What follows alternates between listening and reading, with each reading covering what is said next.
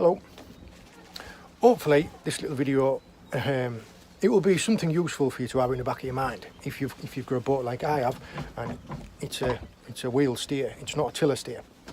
When we were out fishing yesterday, typically 10 mile away from port and underneath a cliff, it never happens in a good place, does it, or a convenient time, the steering went.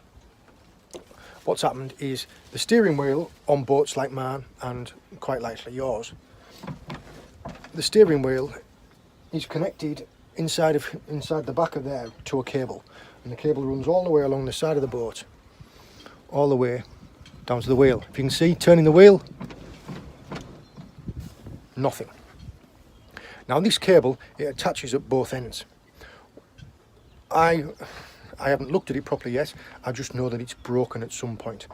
They usually break either at the wheel or at the engine. They very rarely do they break in the middle, because when you're running these cables you make sure that there's no sharp bends anywhere where it can rub and break.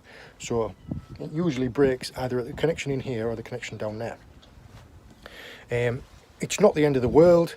As you can see, I got in all right. If you're in any type of panic at the time, hopefully by watching this video, forewarned is forearmed, and I'll talk you through how this works, and you'll see how I pull my old one out and I'm going to hopefully fit a new one. You can see there, this is the view from the back of the steering wheel, and this is the cable. So if you can pull this sheath off, you can see there straight away that the cable hasn't snapped up here. To double check that, turn the wheel, you can see the cable moving. That means, just by process of elimination, that it's likely to be the engine end where it's broken.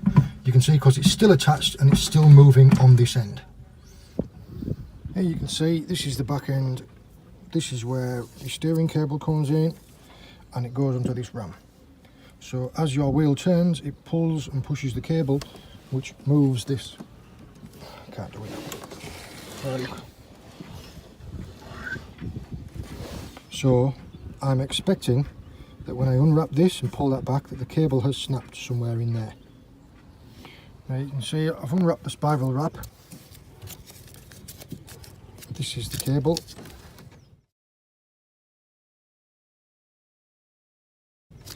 All I'm going to do is I'm just going to turn that off there, and I'm hoping that the brake is going to be somewhere here, because that will be easy to see. It's always nice when you've got a problem and you take something apart, it's an obvious problem. If you take everything apart and nothing looks like it's broken, you're always scratching your head, aren't you? There we are. The next step in the fault finding, as you can see, I've undone all the spiral wrap on there and I've backed this nut off like that. Straight away you can see there, this piece in here, the cable should run through that all the way through and be crimped into that piece there. So when that cable moves that way, like that, it'll pull this, which will turn the engine like that. Simply by being able to pull that like that without that moving means that that'll be where it's broken. So I've already backed this end off. What I'll do, I'll back this off, take that out, pull that off, and this piece needs to slide all the way through there, and then we'll take the cable out. There you go, see, pull it all the way out and you can see straight away that's not connected. So that's where the brake will be. I've just gone. This is where the ball ache comes to. You've got to undo all the sides of all here and pull the old cable out. Back behind the steering wheel, it's now time to take all those bolts over there to be able to free the cable up. There you can see I've taken the cover plate off. That end there goes to where the engine is. This is connected to the steering wheel, so this cable goes around there. You see, look, when I turn the wheel, so all you need to do is just pop that out of there, take the cable off, and then you pull the cable all the way through. There you can see, all it is, look, it's just a cog that this sits into. So when the steering wheel moves, it pulls this backwards and forwards. Just sits in there like that. So you can see definitely there is no brake here, and I need to move it from the other end. So now all you do, free it up and pull it all the way through. Now that you've checked that there's nothing wrong with any of the teeth, or any of the teeth in the cog up there, you can put this back together. Now, you could have left all this still connected and just broken that off the end of the old cable, but I figured it'd be just as well to check all the teeth on the cog, as I was taking it apart anyway. No point in doing half a job, is there? So I'll put that cog back on that cog and then fix this into there, put the plate back on, and now it's time to put the new cable in. You can see there, I've engaged the cog back in and put that piece back into that recess. All I'm going to know now is I'll feed the cable through the boat and I'll end up coming up to here. I'll then offer it up, make it up onto the threads, and then by turning the wheel you turn the cable onto the cog and round and through. And you can see I've threaded the cable right through the boat until this piece is poking through at the back of there, and all you do is you put it into here until it meets the first cog, and then you wind the wheel, drawing the cable through.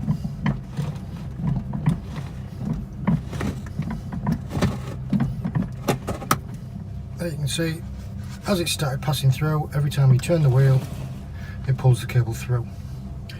Eventually that end there is going to screw, this end up here is going to screw into that end there. Now all you need to do is you need to make sure you have enough slack at the other end, because this piece here has to go through there. Now that I've passed it all the way through there and it's protruding out the end, I'll make this end up onto there. Then this piece, I will turn the wheel and attach that in there, and then it's the finer adjustment. There you can see it's all made up now, all nice and tight. This is tight, that's tight, that's tight. It's been greased on the inside of there. You can see the new cable run all the way through, and if you look now,